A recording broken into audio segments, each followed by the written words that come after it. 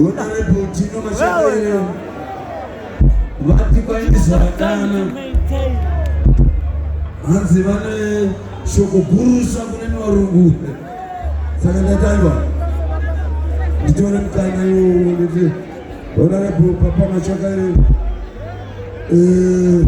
komabhozhongo raumirira vari pano vemabhozhongo varipo takamirira vachiuya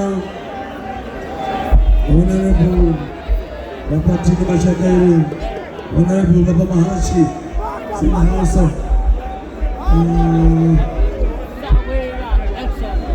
Dinola ti.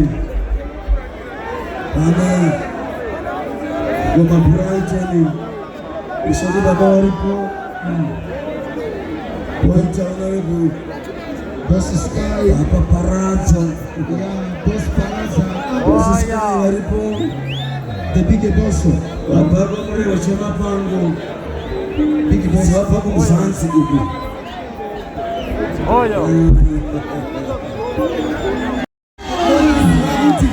Ndio kuna wale wanaozoti imari urumenda ismari urumenda mari yangu. Ayo. Msatauri kwa msikauskwera. Ayo, ayo.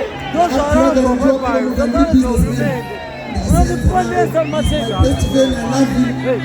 Maishero mabashero n'abakure support saka mafans mabashero meze tibamwe chitewa one family tiri team saka ngati bakidza ina church yedu kuna mabashero makorokoto kunwese ngabati church mabashero manja uko mafika mabashero uko simusai mabashero andifomera ndiri kumusaka ubuda uko nabuda usiku saka ndizeti ndoita sei ndinopani pasure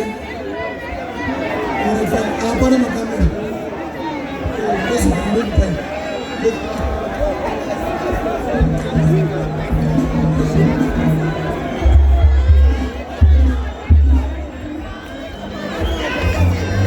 ndofara mabashero mwari vakuitirei zvakanaka